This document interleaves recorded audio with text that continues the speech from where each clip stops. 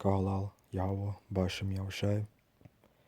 Double honors unto the apostles of GMS who rule well, and salutations unto the elect, pushing the truth of Yahweh, Bashem Yahushai. Up late again through the Spirit. Spirit is very pressing.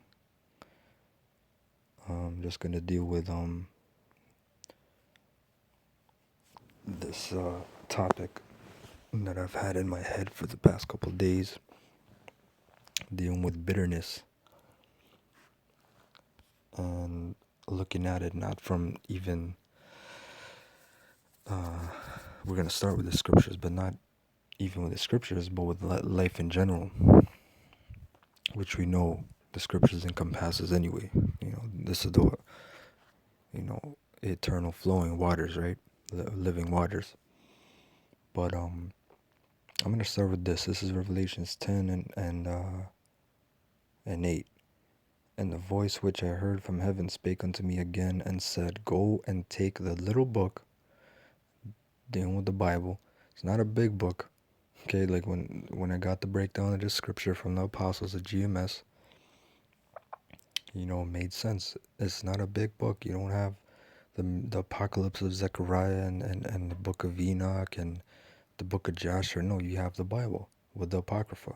Or if you want it all in one, it's the 1611. Right?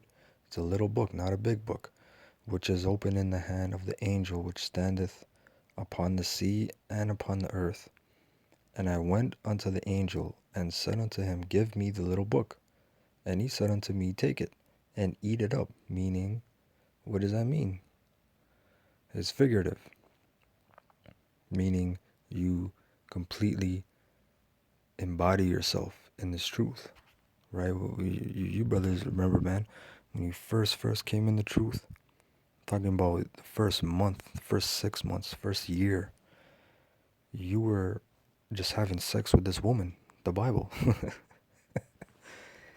You were just embodied in it, man. You were just completely mystified and obsessed with this, right?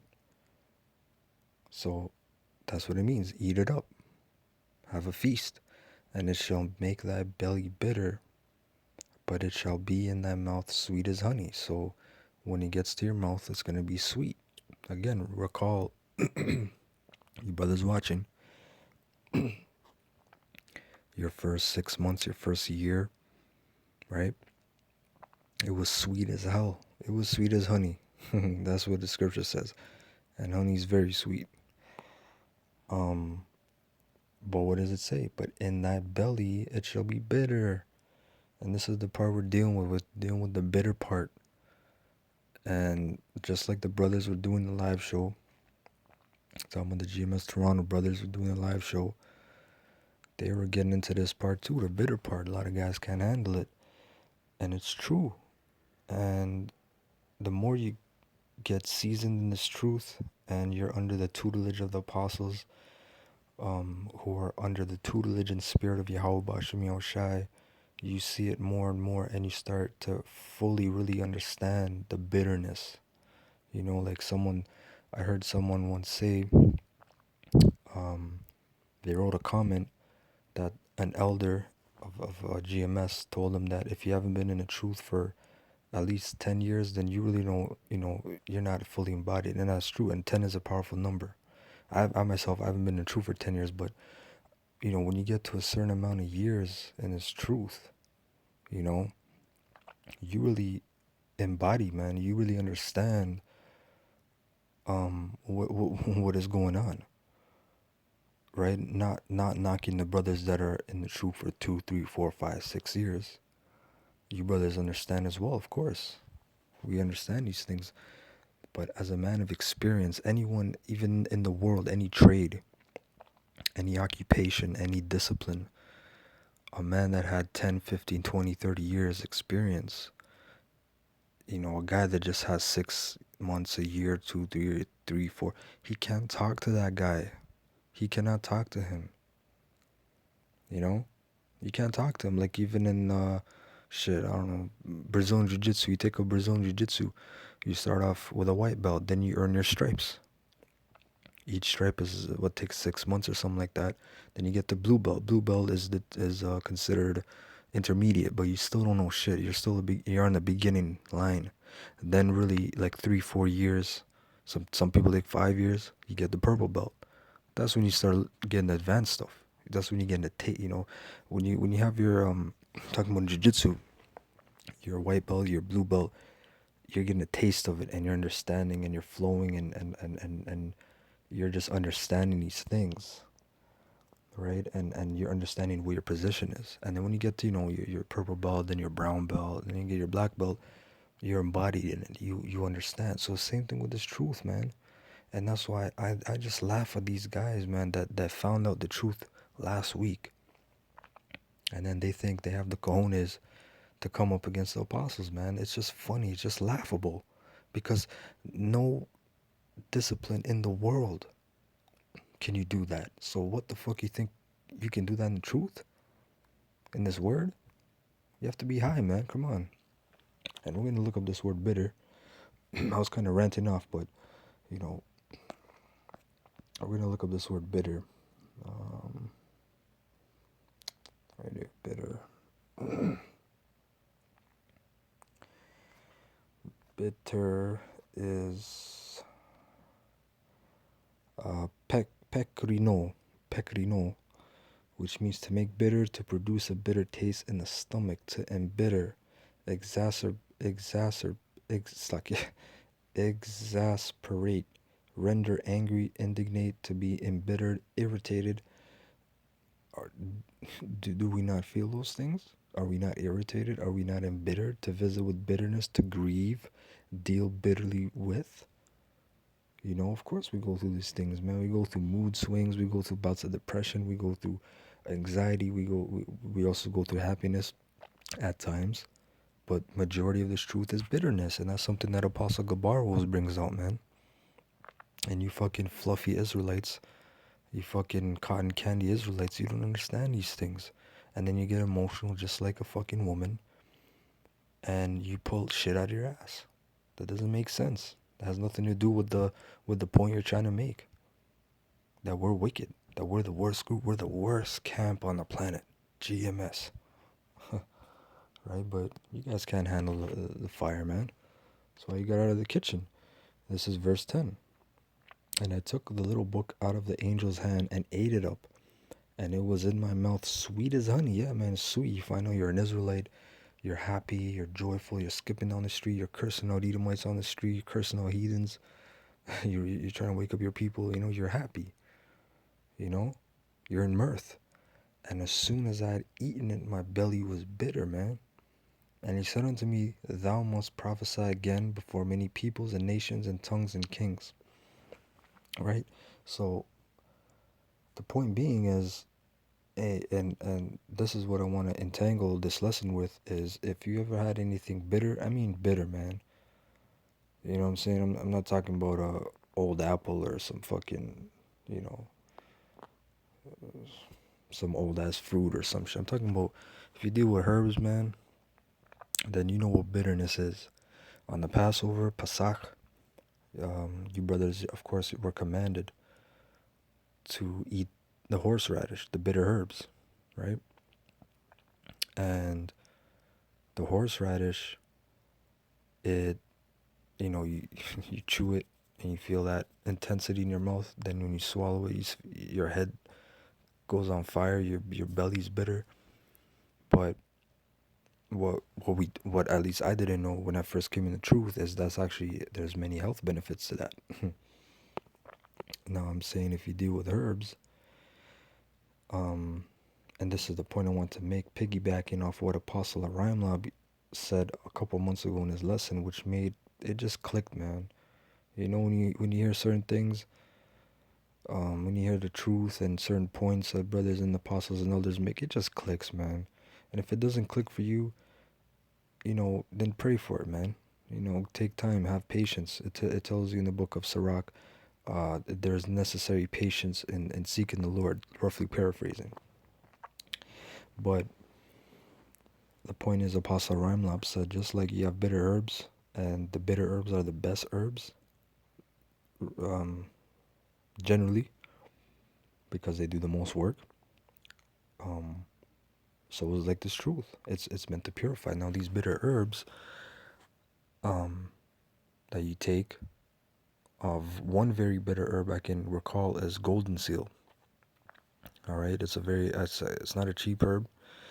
It's a very it's a root. It's like a yellowish type color. That's a very bitter herb, man. If you ever make tea with that, I don't care how much lemon and honey you put in that. That's just gonna taste nasty, man. You can't mix sweet with that. So you gotta drink that straight, or you take capsules, or you take tinctures, or whatever you take. But if you drink that straight, that's a bitter herb. But what do these bitter herbs do? That's the question. These bitter herbs, they actually, mainly what they do, like for example, dandelion, that's another bitter herb. Um, Gentian root, that's a very bitter herb. Wormwood, that's another bitter herb. Um, and that's in the scriptures as well. Burdock, those are mild bitter herbs, burdock and dandelion. But what do they do? They tone up your liver, your kidneys, your bloodstream, clean your bloodstream. The main purpose of the bitter herbs, aloe vera powder. If you get in a powder, the real one, that's a bitter herb, man. Barberry root, all these bitter herbs, they kickstart your digestive system. So if you come off a fast, like David Toman, or you take a fast regularly by yourself, whenever on your own time, the best way to break the fast, don't eat anything solid. Take some herbs. If you can't deal with the bitterness, put it in a capsule and you mix it. You can put dandelion, burdock, gentian root, barberry, aloe vera, and you take that, and that should kickstarts your digestive system to say, okay, listen, we're gonna, get an appetite going, and that clean flushes out all the, majority, like a lot of toxins. I'm not gonna say all the toxins, but it flushes you, gives you a nice flush, tonifies the liver again. The liver is very important. Matter of fact, while I'm talking, I got the article right here. This is motherearthliving.com.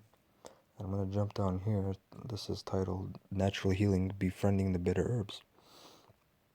It says bitter herbs in general can galvanize our digestive systems, meaning harden or strengthen, to function at their peak by stimulating the production of digestive juices and the dispatch of stored bile necessary for fat digestion and sugar metabolism from the gallbladder to the small intestine after meals. Meaning, of course, you have all these digestive juices, you have enzymes that break down food. If you're coming off a fast, your digestive system's not working, because remember, after a certain amount of time, your belly doesn't get hungry. The first 10, 12, 14, hours, you're up. Oh man, I'm hungry. You might feel that hunger. Or if you're an experienced faster, you won't feel that at all. But obviously, like a 20 hours, 21, 22, you're not going to be hungry. You're not going to feel it. So to just, oh, my fast is over. I'm going to, eat these walnuts. I'm going to eat, this and that. Not even green juices yet. You got to kickstart your metabolism. You got to kickstart your digestive system. You gotta kickstart your appetite. It's like, yeah. It says gentle bitter herbs such as dandelion support the liver and detoxification and bile production without inducing dependence on the herb. Dandelion roots have been used for centuries to treat jaundice, the yellowing of the skin that results from a malfunctioning liver. That's too much toxins in the liver, because the liver deals with our toxins. If your liver is fucked, you're fucked. I'm sorry, man. The liver has many, many operations in the body. All right, all the toxins that you deal with, who's dealing with that? The liver. Dandelion flowers are rich in lecithin, a nutrient effective in various liver ailments. That was really the point, you know, um, of that. Yeah, man, and really the point I just want to make for you brothers out there is just like Apostle Ranlap said. Yeah, these bitter herbs, and then people that are used to eating junk food and all this crap, they're not used to that. So You give them some bitter herb. Give them a mild bitter herb. Give them dandelion. That's not bitter. That, you can put some honey in there. That'll be sweet. And they say, oh, that's nasty. That's disgusting. The most people deal with is what, peppermint or cinnamon, which are good. Nothing wrong. Benefits. But the bitters are the best. And that's a lesson we can take into the truth. Bitter has the most benefits. We are going through bitterness right now. We're going through a time of mortifying our members, trying to purge our souls, purge all the wickedness out of us. And how do you do it? Through bitterness, right? So just like the bitter herbs, people stay away from it. No, that tastes like garbage. And oh man, I can't bear the smell. Hey, but once you drink it, multifold benefits. So with that, I hope I didn't rant too much. That was it on the scriptures and the info. But the point stands is, hey, bitterness is life. It can't be all sweet all the time. That's the point. It can't be sweet all the time, man. You have to include these bitters, man. These bitter herbs, right? It can't be all sweet all the time. And that's what you have to come in the truth with. So all these guys having their Passovers, right? Having their merry feastings and rap video shoots, coming together. Israel, we're coming together. That's all garbage. That is all garbage. That's not scriptural. All right. So with that, once I call halal, la Yahweh, Bashem Yahushai, double honors unto the apostles of Great Millstone who I learned the truth from. Salutations unto the elect pushing the truth of Yahweh, Bashem Yahushai. Until next time, brothers, I say shalom.